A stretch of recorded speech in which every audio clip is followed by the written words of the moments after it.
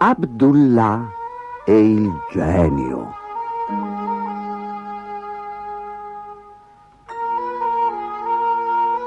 Dove le sabbie dorate dell'Arabia si perdono nel profondo mare blu, viveva un tempo un povero pescatore che si chiamava Abdullah. Ogni giorno stava sulla spiaggia per ore e ore, gettando la sua rete nell'acqua. Per lo più riusciva sempre a pescare qualche pesciolino, ma un giorno sembrò essergli capitata una sfortuna maledetta. Quando gettò la rete per la prima volta, tirò su un mucchio di alghe verdastre. Quando la gettò per la seconda volta, tirò su un mucchio di rottami e la terza volta pescò solo una massa di fango nero appiccicoso. «Ma quello cos'è?» si chiese, mentre il fango colava fuori dalla rete e si depositava ai suoi piedi. «È una vecchia bottiglia. Vediamo un po'». Abdullah cercò in tutti i modi di togliere il tappo, girò e tirò e spinse finché a un tratto il tappo saltò e una raffica di polvere uscì dalla bottiglia. La polvere si mutò rapidamente in fumo e poi il fumo assunse svariati colori e i colori presero a modellare una forma, prima una faccia, poi un corpo, e la figura diventava sempre più grande. Dopo pochi secondi un enorme genio troneggiava sopra lo spaventatissimo pescatore. «Finalmente libero!» esclamò una voce più potente del tuono. «Libero dopo tanti anni, e ora ti mangerò!» Abdullah si prese la testa fra le mani. «Ma perché? Perché? Cosa ti ho fatto?» «Ti taglierò a pezzettini!» tuonò il genio afferrando al volo uno stormo di uccellini che gli erano passati sulla spalla. «Non faccia questo, padron genio!» pregò Abdullah cadendo in ginocchio. «Non intendevo darle fastidio, per piacere, non mi uccida!» «Ti darò in pasto ai pesci ridotto a pezzettini!» muggì il genio, sfoderando un enorme spadone ricurvo e puntandolo sul naso del pescatore. «Abbi pietà di me!» gridò Abdullah. «Cosa ti ho fatto di male?» «Silenzio!» impose il genio e urlava così forte che un vulcano che si trovava nelle vicinanze cominciò a eruttare. «Taci, e io ti dirò la ragione per cui voglio ucciderti!» E senza muovere la spada dal naso di Abdullah, il genio narrò questa storia. «Il grande sultano Solimano mi rinchiuse nella bottiglia per punirmi di una magia maligna che avevo messo in opera nel suo regno. Mi pigiò in quell'orribile prigione di vetro come una balena in un uovo. Ho galleggiato in un oscuro silenzio per secoli. L'unico rumore che udivo era il mio respiro. L'unica cosa che sentivo era il battito del mio cuore. L'unica speranza era di venire pescato e liberato da un pescatore. Nei primi 1000 anni gridavo: «Liberatemi, liberatemi! Se qualcuno mi libera, farò in modo che 3 suoi desideri si avverino!» Ma nessuno mi udì e nessuno mi liberò. Nei 1000 anni seguenti gridavo: «Liberatemi, liberatemi! Se qualcuno mi libera, gli darò in dono tutta l'Arabia!» Ma nessuno mi udì e nessuno mi liberò. Nei 1000 anni ancora seguenti rimasi zitto e pensai: se riuscirò a liberarmi di questa terribile bottiglia, ammazzerò il primo uomo che vedo e ogni uomo che incontrerò dopo di lui. «Ma il sultano Solimano è morto quasi 3000 anni fa!» gridò Abdullah. «Appunto!» sbottò il genio. «Non ti meravigliare quindi se sono di pessimo umore!»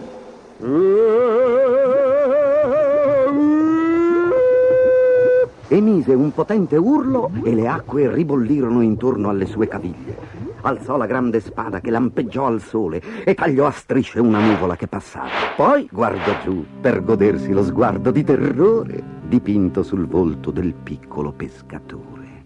Ma invece di apparire terrorizzato, Abdullah stava davanti a lui con le mani sui fianchi, la testa piegata da un lato e una smorfia sorniona dipinta sul viso. «Piano, piano, piano», disse con calma. «Smettila di prendermi in giro e dimmi da dove sei arrivato veramente». La terra tremò quando il genio prese un profondo respiro. «Cosa? Piccolo verme, piccolo scarafaggio, preparati a morire!» E alzò la spada sulla testa. «Oh, andiamo! Di sicuro stai scherzando! Ma che storia racconti? Dimmi da dove sei uscito veramente! Ero così occupato a vuotare questa vecchia bottiglia che non ho visto da dove sei saltato fuori!» «Cosa? Formica! Pulce! Io sono uscito dalla bottiglia e ucciderò tutti!» «Oh, povero me!» sospirò Abdullah. «Ma la mamma non ti ha insegnato che bugie così grosse non si raccontano? Io vedo le dimensioni della bottiglia e guardo le tue e ti dico che tu non sei uscito dalla bottiglia più di quanto non ne sia uscito io». E Abdullah tentò ostentatamente di ficcare il suo piede nel collo stretto della bottiglia. «Insetto che non sei altro! Tu... Il labbro inferiore del genio cominciò a tremare. Ti dico che sono uscito dalla bottiglia, è la verità!» «Beh!» lo schernì Abdullah voltandosi per andarsene. «Allora provalo!» Al gigante, per la rabbia, si rizzarono i peli del petto e alzò i pugni al cielo. Poi, dopo pochi secondi, si dissolse in tutti i colori dell'arcobaleno. I colori sfumarono e una doccia di fumo e cenere cadde dal cielo e scivolò nuovamente nella piccola bottiglia. «Hai visto?» disse una voce soffocata dal di dentro. «Te l'avevo detto!» Rapido come il lampo, Abdullah tirò fuori il tappo dalla tasca e lo ficcò nel collo della bottiglia. Poi lo avvitò e lo spinse finché la bottiglia fu ermeticamente chiusa. «Ehi, fammi uscire! Vermicettole! Fammi uscire subito!» «Oh no!» rise Abdullah. «Rimarrai lì per altri 1000 anni se hai intenzione di essere così antipatico!» «No, ti prego! No! Prometto di esaudire 3 dei tuoi desideri se mi liberi! Apri subito questa bottiglia, formica!» Abdullah prese la rincorsa e con tutte le sue forze gettò la bottiglia in mare il più lontano possibile. «Ti darò tutta la rabbia!» gridava il genio mentre la bottiglia volava per l'aria. Poi la bottiglia fece e ricadde in acqua. E l'unico suono udibile era quello delle onde che si infrangevano dolcemente sulla spiaggia. Più tardi nella giornata, Abdullah tornò sulla spiaggia per mettere un cartello bene in vista. Ci aveva scritto: «Attenti al genio in bottiglia. Proibito pescare».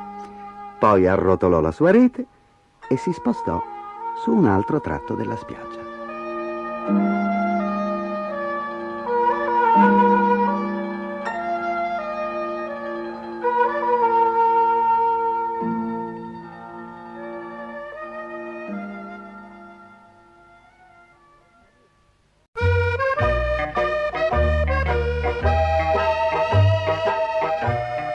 Dora e il canguro. Dora incontra i cacciatori.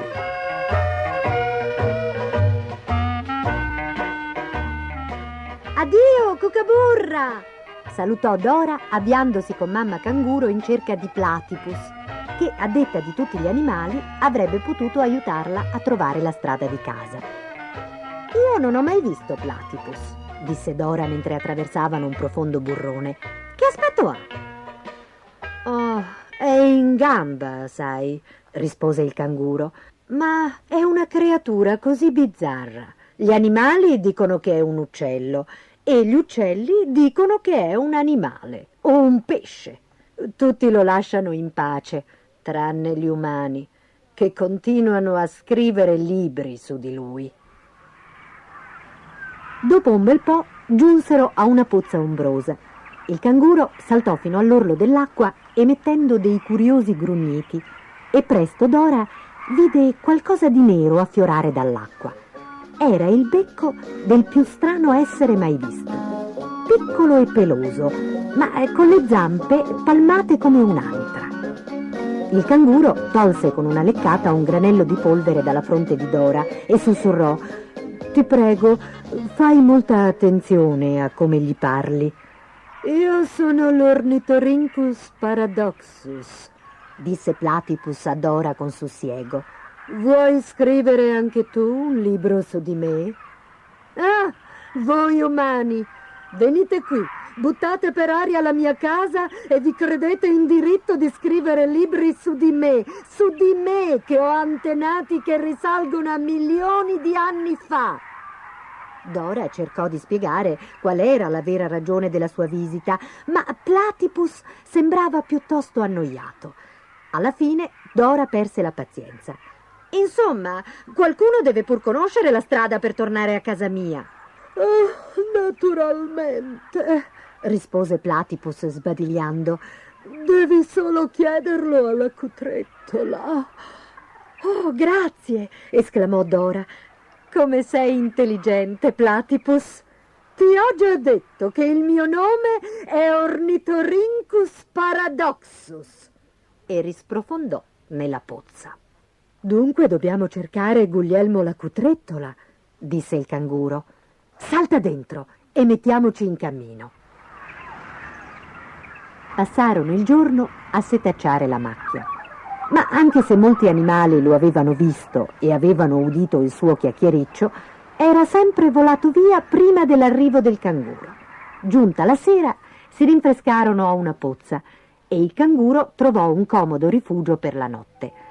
Dora, sdraiata vicino al canguro, pensava accorata ai suoi genitori, che, non sapendo quanta cura avevano di lei i suoi amici animali, erano certo molto in pena. A un tratto aprì gli occhi. La luna era alta nel cielo e il canguro stava annusando l'aria. Si sentiva in lontananza un sordo rumore di tamburi. «Che cos'è?» chiese. «Aborigeni», sussurrò il canguro. «Dobbiamo andarcene subito». «Non ci faranno mica del male, no?» chiese Dora, che desiderava tanto vedere un viso umano. «Mi piacerebbe moltissimo vederli danzare». «Se ci vedono, ci aizzeranno contro i cani e ci uccideranno», replicò il canguro. «Ma se proprio vuoi vederli, allora seguimi e cerca di non fare il minimo rumore». Saltarono fra i cespugli, avvicinandosi sempre più. Dentro il marsupio, Dora sentiva che la sua amica stava tremando. Dopo un po' arrivarono a una radura dove degli uomini con i corpi dipinti di rosso e di bianco stavano ballando. Altri, accovacciati al suolo, facevano risuonare le lance contro i boomerang e battevano le mani.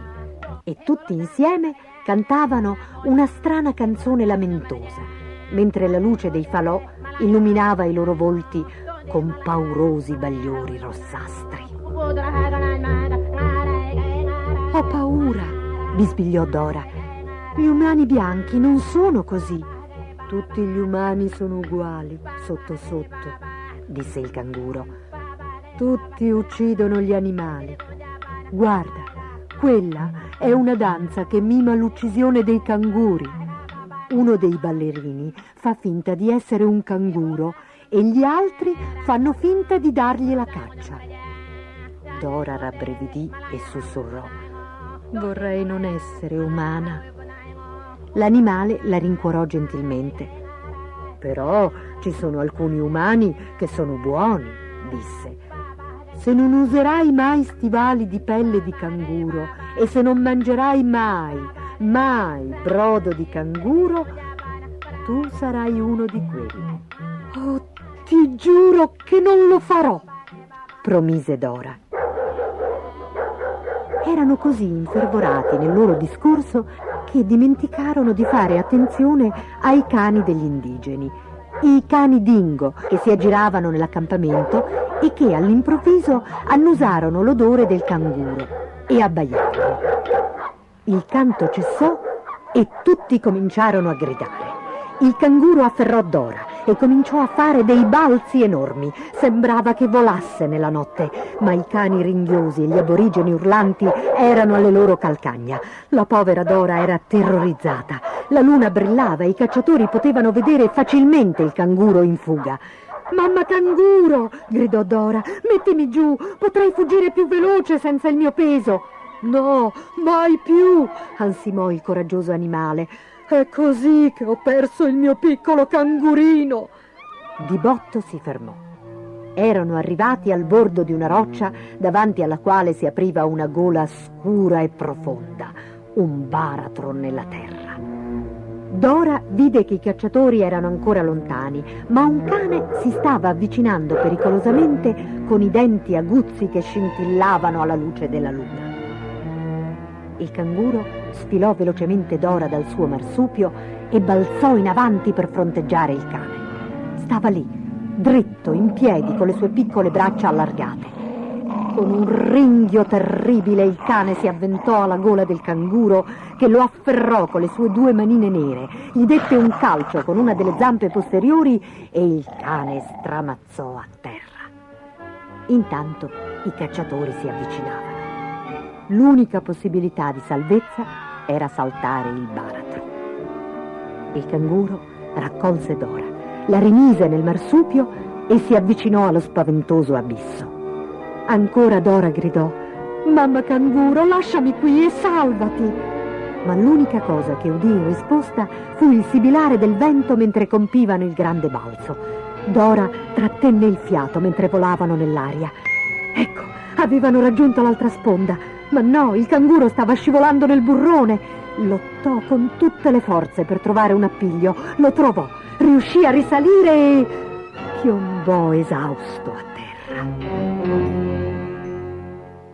In un baleno Dora saltò fuori dalla tasca e mise le sue braccia intorno al collo dell'animale. «Ti prego, non morire, mamma canguro, ti prego, non morire!» gridò affondando il viso nella morbida pelliccia grigia. Ma il canguro non si muoveva e rantolava. D'improvviso udì una voce aspra dietro di lei. «Che aspetti? Perché non dai un po' d'acqua al tuo amico canguro? Come siete stupidi voi umani!»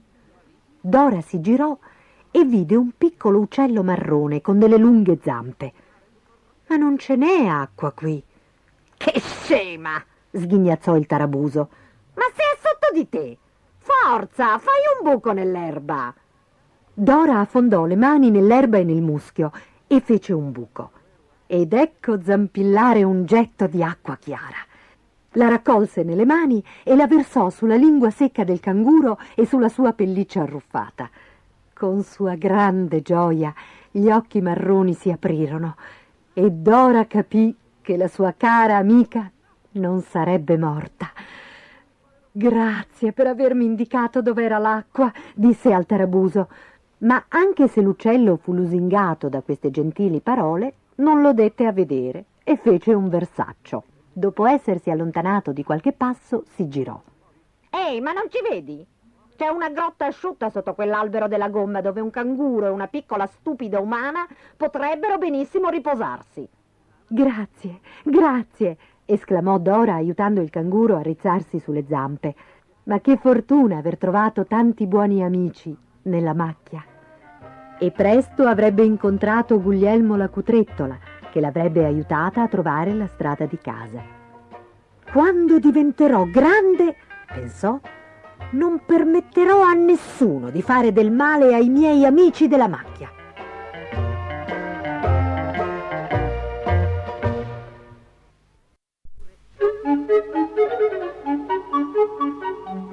Il giullare Mingherlino e il castello scomparso.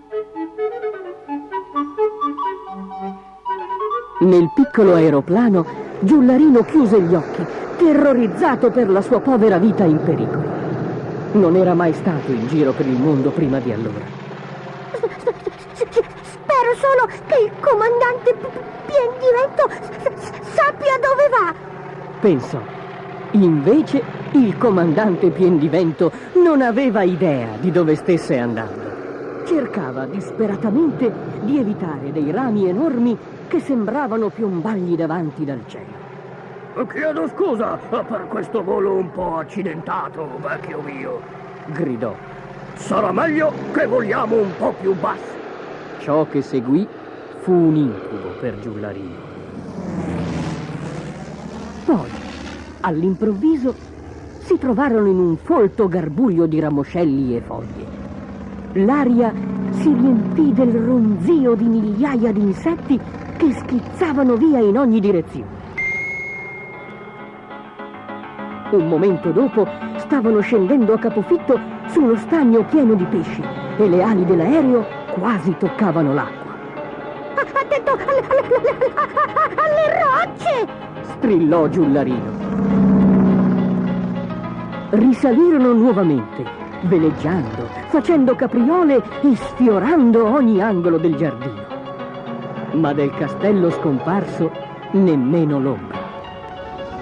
Infine, le parole che Giullarino tanto desiderava si fecero sentire. Tienti forte! Strillò il comandante. Stiamo atterrando!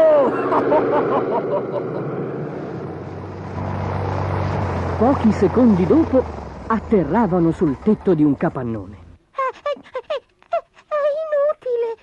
Bofonchiò Giullarino, barcollando fuori dall'aeroplano. Abbiamo guardato dappertutto.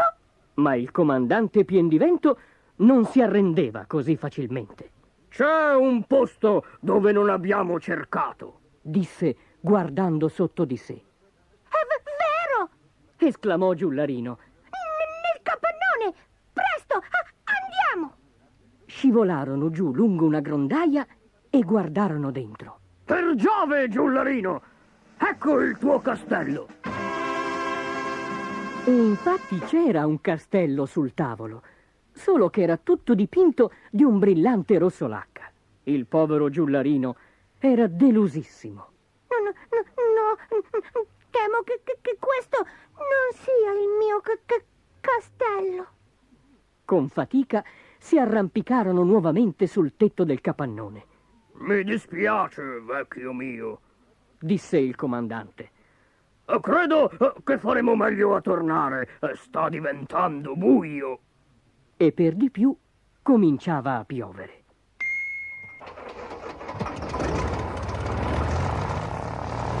L'aeroplano decollò dal tetto, ma malgrado gli occhialoni, il comandante non riusciva a vedere dove stessero andando. All'improvviso si udì un rumore assordante e uno stridio acuto. Piume scure volavano per l'aria. Si erano scontrati con un enorme uccello nero. L'ala destra si è rotta! Vociò il pilota. Ma credo che ce la faremo lo stesso. Lo spero. Sospirò Giullarino. E di nuovo l'aereo salì verso il cielo. Erano bagnati fradici entrambi quando finalmente rientrarono dalla finestra e atterrarono sani e salvi sul pavimento. In lontananza udivano una folla di gente festante che applaudiva. Il comandante Piendivento saltò giù dall'apparecchio per investigare. Salve, Gualtiero! Gridò. Cos'è tutta questa allegria? È per Giullarino. Ridacchiò il pagliaccio. Ha vinto il concorso per la casa più bella, ma non riusciamo a trovarlo da nessuna parte. Il comandante Piendivento corse ad aiutare l'inzuppato Giullarino ad uscire dall'aereo.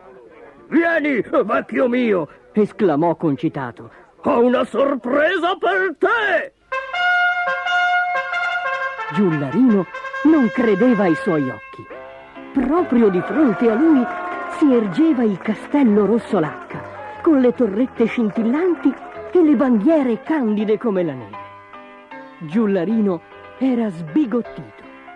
Quando si riprese, la cerimonia di consegna del primo premio era già finita e la folla festante era andata a consegnare il secondo premio. Giullarino salutò il comandante ed entrò nella sua casa nuova fiammante. Ma dentro tutto era esattamente come nel suo vecchio castello. Che strano! Pensò. Questo è il mio vecchio castello. Non avrò bisogno di nuovi libri di avventure per un bel po' dopo quelle che ho passato. Ho solo bisogno di dormire. Ma c'era una cosa che doveva fare prima di andare a letto. Giullarino si sedette a scrivere una lettera molto importante. Caro comandante Pienvento, grazie per il suo aiuto. Le accludo il milione che ho vinto, così potrà riparare il suo aeroplano.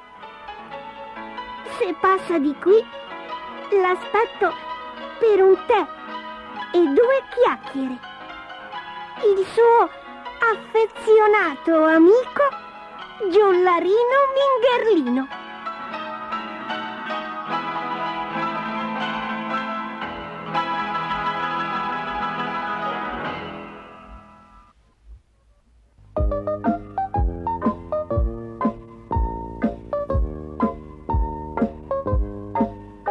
La cicala e la formica.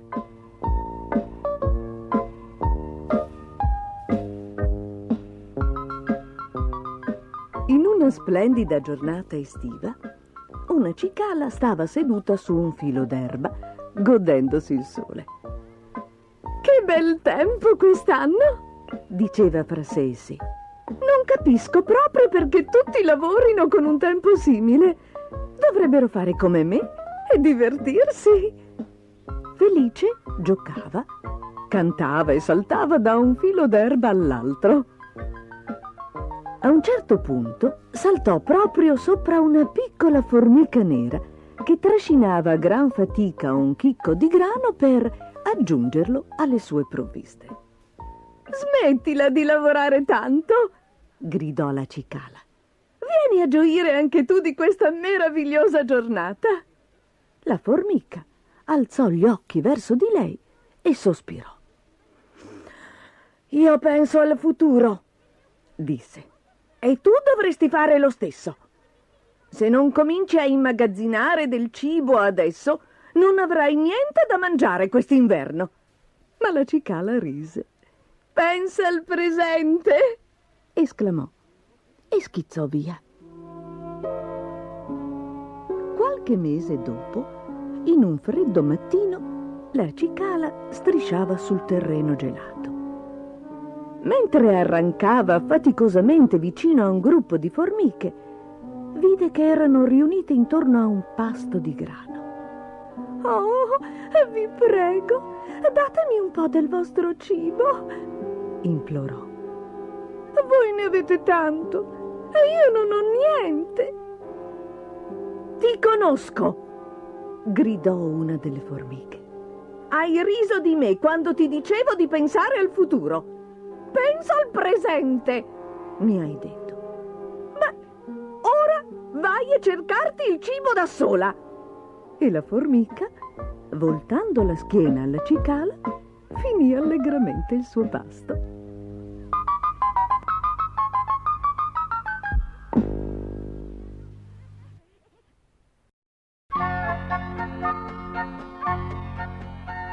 Angelo Perfetti.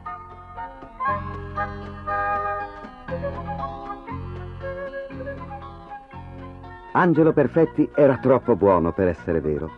Aiutava le vecchie signore ad attraversare la strada, non faceva mai rumore, beveva succo di prugne perché gli faceva bene al pancino e si lavava le orecchie almeno 2 volte al giorno senza che nessuno glielo raccomandasse. La sua camera era sempre in ordine e a scuola era il primo della classe. Angelo è davvero un angioletto, soleva dire la sua mamma. E le mamme degli altri ragazzi le facevano eco. Un angioletto davvero, ma dentro di loro pensavano, ma che barba! Un giorno Angelo si svegliò con uno strano prurito sulle scapole. Cercò di grattarsi, ma non ci arrivava. Quando fu l'ora di andare a letto, salutò i suoi genitori e salì diligentemente in camera sua. Stava per mettersi il pigiama quando vide nello specchio il riflesso delle sue spalle. C'erano 2 grosse protuberanze rosse. Quella notte dovette dormire sulla pancia e al mattino la giacchetta del pigiama gli stava stretta. Si guardò di nuovo allo specchio e cosa vide? Gli erano spuntate 2 piccole alucce. Ma il peggio doveva ancora arrivare. Mentre si stava lavando i denti, strofinandoli dall'alto in basso, naturalmente, un bagliore si sprigionò dalla sua testa e prese la forma di un'aureola. Angelo stava diventando un vero angelo. Povero Angelo. Le ali formavano delle sporgenze nel maglione e l'aureola gli faceva venire mal di testa. Ma io non voglio diventare un angelo, pensò. Farò proprio la figura di uno stupido svolazzando intorno col camicione bianco. Già adesso non piaccio molto alla gente, figuriamoci poi se mi vedono trasformato in un angelo piumato. Si mise la giacca a vento per nascondere le ali e tirò su il cappuccio perché non si vedesse l'aureola. Ma mentre stava consegnando i compiti, in perfetto orario naturalmente, sentì le ali crescere e delle lunghe piume bianche caddero a terra da sotto la sua giacca a vento. C'era un solo modo per evitare di diventare un angelo. Doveva fare qualcosa di veramente cattivo, il più cattivo possibile. Angelo caro, ti prego, togliti la giacca, disse la maestra sorridendo teneramente al suo alunno preferito. Angelo tossicchiò nervosamente. No, rispose. La maestra rimase di sasso. Angelo, disse severamente, togliti la giacca. No, non voglio e non puoi obbligarmi, stupida vecchia ciabatta, le strillò facendole le boccacce. Intanto un'altra piuma svolazzò fuori dalla sua giacca a vento. Angelo! Stringendosi la giacca con le mani, si precipitò fuori dalla classe, fuori dalla scuola e via per strada. Si fermò solo vicino alla caserma dei pompieri e disegnò sul muro col gesso una caricatura della maestra e sotto ci scrisse «Cattivo è bello» e «La malvagità al potere». Poi si avviò verso i negozi lasciando dietro di sé una scia di piume d'angelo che sarebbe bastata a riempire un cuscino. Ma che fatica essere cattivo. Era proprio un compito difficile per un angioletto come Angelo. Nel supermercato fece cadere gli scaffali con tutte le scatole di piselli, spalancò i frigoriferi e scongelò tutti i polli. Fece cozzare uno dei carrelli contro lo scaffale dei pacchi di carta igienica che si srotolarono in tanti nastri festosi. «Ma chi è questo diavoletto?» gridarono i clienti e il proprietario lo minacciò col pugno. Angelo si toccò l'aureola. Si stava raffreddando tutta, tranne un pezzettino ancora caldo sul dietro della testa, e scomparve del tutto quando ebbe tirato pietre alle anitre dello stagno. Dopo aver sgonfiato un paio di gomme d'auto, suonato tutti i campanelli che trovava e rubato il lecca-lecca a un bambino, si rese conto che cominciava a prenderci gusto. Una risatina diabolica gli gorgogliava in gola e le piume d'angelo continuavano a cadere come pioggia. «Vieni qui, diavolaccio!» gli gridò dietro un uomo al quale aveva infranto la vetrina. Angelo continuò la sua corsa e quando incrociò la banda dell'esercito della salvezza, rubò il salvadanaio. Arrivato in camera sua, saltò con gli stivali sul letto finché ruppe tutte le molle. Poi tirò fuori i suoi giocattoli senza rimetterli a posto. «Dammi da mangiare, mamma!» comandò. «E che sia subito!» «Ti sei lavato le mani, caro?» chiese la mamma. «No, e non mi laverò mai più! e nemmeno mi spazzolerò più i denti dall'alto in basso. Angelo! Lo sgridò suo padre. Mamma, ma cosa è successo al ragazzo? È malato? Per dire la verità, Angelo non si sentiva affatto bene. Gli doleva moltissimo la fronte. Beh, l'aureola non può essere di certo, pensò. Non ho fatto una sola cosa buona in tutto il giorno. Corse in bagno a guardarsi allo specchio. E cosa vide? Sulla sua fronte c'erano 2 piccole protuberanze rosse. Gli occhi gli brillavano stranamente e sentiva un dolorino in fondo al sedere. Solo il mattino dopo Angelo capì. Gli erano spuntati 2 bellissimi cornini e una lunga coda a punta gli ciondolava dietro. Angelo era un diavolo. Povero Angelo. Gli toccava diventare buono un'altra volta. Chiese scusa alla mamma, restituì il salvadanaio all'esercito della salvezza e andò a pulire il muro della caserma dei pompieri. Si scusò anche con la maestra. Non ero in me ieri, disse. E siccome lei gli chiedeva come mai avesse la fronte bendata, ho battuto la testa, mentì. E la coda, arrotolata dentro i pantaloni, crebbe un altro pochino. Solo dopo 3 giorni di buon comportamento, la coda e i cornini sparirono durante il bagno. Angelo tirò un sospiro di sollievo e promise a se stesso di non essere mai più proprio cattivo. Ma per evitare che gli crescessero di nuovo le ali e l'aureola, volle sempre lavarsi i denti da una parte all'altra e non dall'alto verso il basso, come tutti gli avevano raccomandato di fare.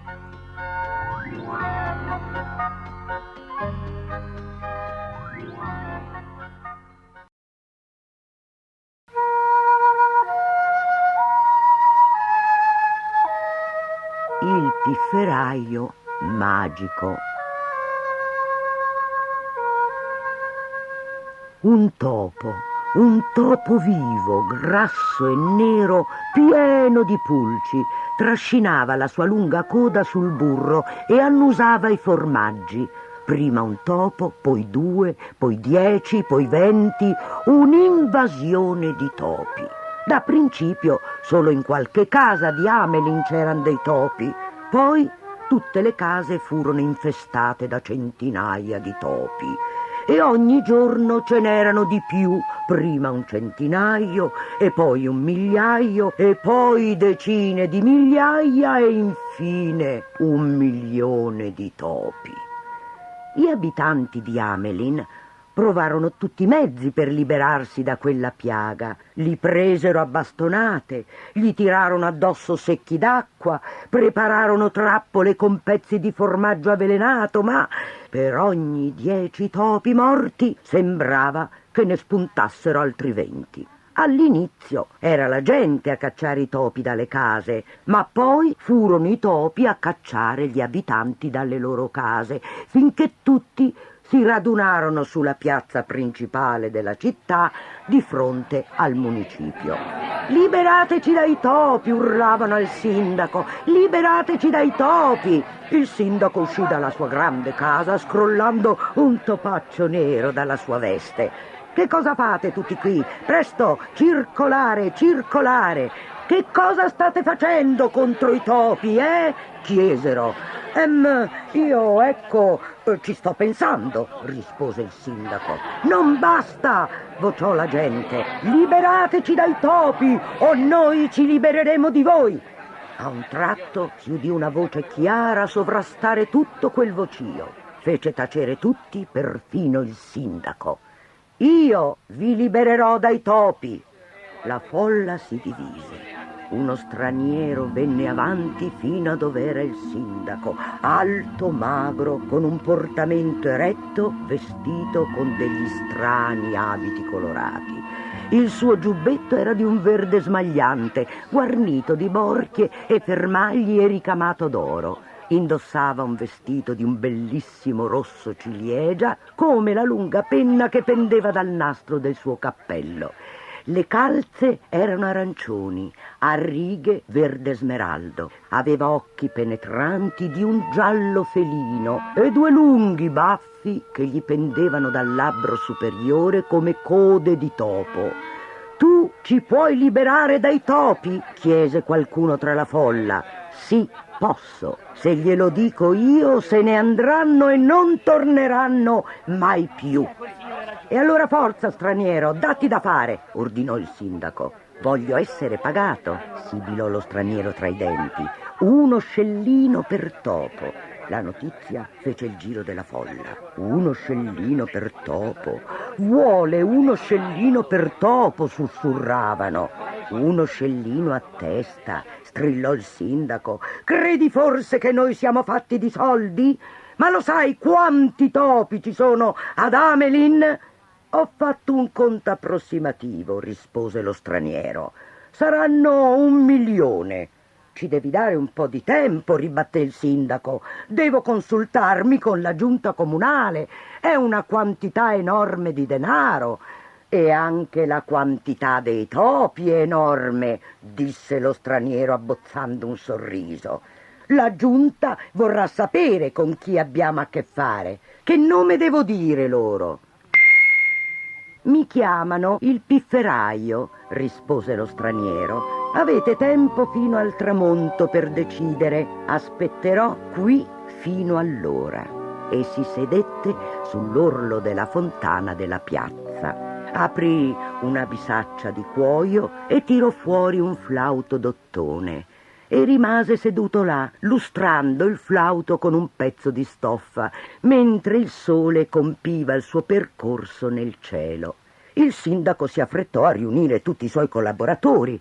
«C'è un uomo là fuori che dice che può liberarci dai topi. In realtà assomiglia lui stesso a un topo. Ha degli occhi strani». «Cosa vuole in cambio?» chiesero i consiglieri.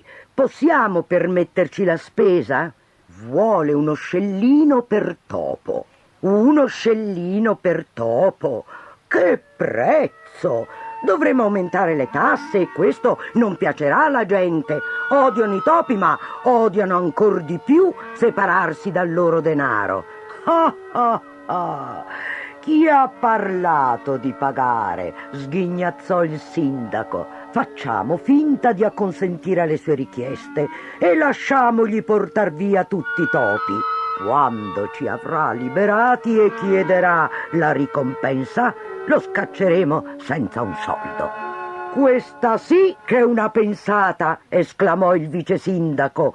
«Che piano! Ora capisco perché ti hanno fatto sindaco». Il pifferaio stava ancora seduto sul bordo della fontana quando il sindaco uscì dal municipio. «Ebbene, avete preso una decisione?»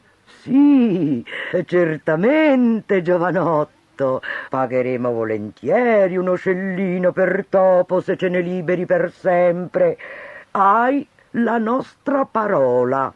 Quando puoi cominciare?» «Lo farò stanotte», disse il pifferaio. «Dite a tutti di non uscire di casa». Il sindaco fece un largo sorriso, si avvolse nella veste e tornò dignitosamente, come si conviene a un sindaco nella sua casa.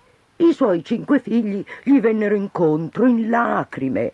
«I topi si sono mangiati il nostro pranzo e hanno morsicato il piccolino. Papà, fai qualcosa per favore». «Non temete, bambini», rispose. «Domani non ci sarà più un topo in tutta Amelin e potrete dormire tranquillamente nei vostri letti. Eleggere un sindaco come me è stata la cosa migliore che questa città potesse fare».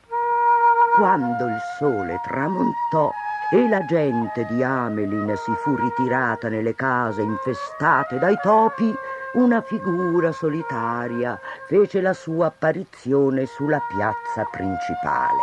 Il pifferaio, con il suo flauto d'ottone in mano, se ne stava là in piedi fissando la luna nascente. Si accostò il flauto alle labbra e cominciò a suonare una melodia triste e ossessiva, un motivo che i cittadini di Amelin che ascoltavano dietro le loro finestre non avevano mai sentito. Che musica usciva da quel piccolo flauto, fluttuava per la piazza, si insinuava in ogni vicolo, trovava eco nei portoni, giungeva perfino sui tetti più remoti. Nessuno in Amelin poteva evitare di ascoltarla, nemmeno i topi. Qualcosa si mosse nell'oscurità. Era un topone grasso e nero che, seduto sulle zampette, con la testa piegata da un lato, ascoltava. L'oscurità pullulava di topi. Il pifferaio suonava e suonava, sembrava che non prendesse neppure fiato. Si fece strada nel mare di topi che si divisero per lasciarlo passare e si incamminò in direzione delle porte della città. E i topi in processione dietro di lui, attirati dalla musica più di quanto non lo sarebbero stati dall'odore del cibo. La città di Amelin, come si sa, è in prossimità del fiume Weser. Quando il pifferaio arrivò vicino all'acqua, smise di suonare e si fermò. Anche i topi si fermarono e 1 milione di musi lo osservavano attenti. «Saltate!» gridò il pifferaio. Tutti i topi intorno a lui si gettarono nel fiume. Nemmeno uno rifiutò, nemmeno uno esitò. L'uno dietro l'altro si gettarono a capofitto nel fiume ghiacciato e scomparvero. Ultimo della fila veniva il topo più grosso di tutti, il milionesimo. Gonfio di formaggio rubato, si muoveva lentamente e arrivò a fatica sull'orlo del fiume. Il pifferaio gli dette un calcio sulla groppa nera e lo fece piombare nel fiume, dove affondò come una pietra. Quando il pifferaio fu di ritorno ad Amelin era notte fonda, ma egli bussò rumorosamente alla porta del sindaco. Poco lontano un cane abbaiò, alcuni si agitarono nei loro letti. Per la prima notte in molti mesi la gente stava dormendo indisturbata. Il pifferaio bussò di nuovo e alla fine apparve il sindaco in camicia da notte. «I topi se ne sono andati», disse il pifferaio. «Mi dovete 1 milione di scellini». «Andati? 1 milione di topi? Beh, dov'è la prova? Dove sono?» «Voi volevate che se ne andassero da Amelin? I topi sono tutti affogati nel fiume e io esigo il pagamento di 1 scellino per topo». «Stupidaggini! Non pagherò certo per dei topi affogati nel fiume. Eravamo rimasti d'accordo di pagare 1 scellino per topo e tu non mi hai portato nemmeno un topo. E ora vattene!» Cercò di sbattergli la porta in faccia, ma gli irati occhi gialli del pifferaio lo spaventarono. «Togli il piede dalla porta e ti darò 100 scellini, tanto per rimanere amici. Va bene? Ti puoi tenere i tuoi 100 scellini», disse il pifferaio mostrando i suoi piccoli denti aguzzi. «Troverò io la maniera di far pagare i miei servigi a te e alla tua città». Si girò e se ne andò. Quando si fu allontanato, il sindaco tirò un respiro di sollievo e poi andò a buttar giù dal letto il figlio maggiore.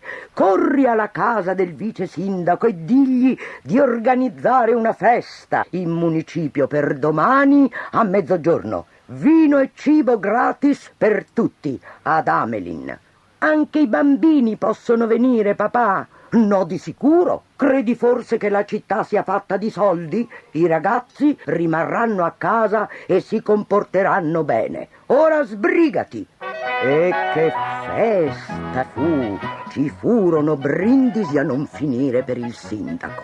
dopo essersi guardato attorno per esser sicuro che quello straniero alto e sinistro non fosse tornato, salì su un tavolo e fece un discorso.